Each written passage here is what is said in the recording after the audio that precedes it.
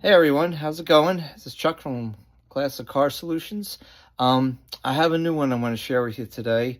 It shouldn't be something that's so difficult, but it took me a minute to figure it out. And if you don't know it, great. If you do, feel free to not watch.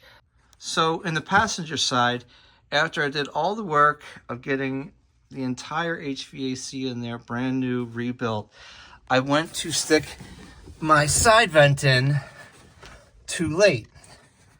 And what I ended up finding out was that, I'm going to show you this piece. I see this bracket. This bracket has this blue vacuum can. This opens up your vents up top there for probably to defrost and the heat.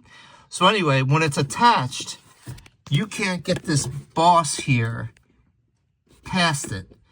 And for me to put it in, I started by turning it so that the handle, as you can see here, was down here. So it was turned at a 90-degree angle, which was the only way for me to actually slip it in there and then to turn it in like that.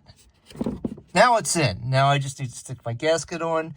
But if you're sitting there having problems getting it out, and it's because of this, because you didn't put this back prior to putting back your air conditioning and heating unit, all you have to do is 2 screws, take this off, push it to the side.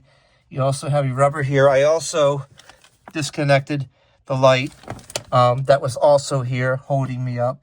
So that was the solution. And there you go. We got them in. Works perfectly. I'm going to get one more screw in here, and then we'll put back our light, our vacuum container there, and we're good to go. Thank you.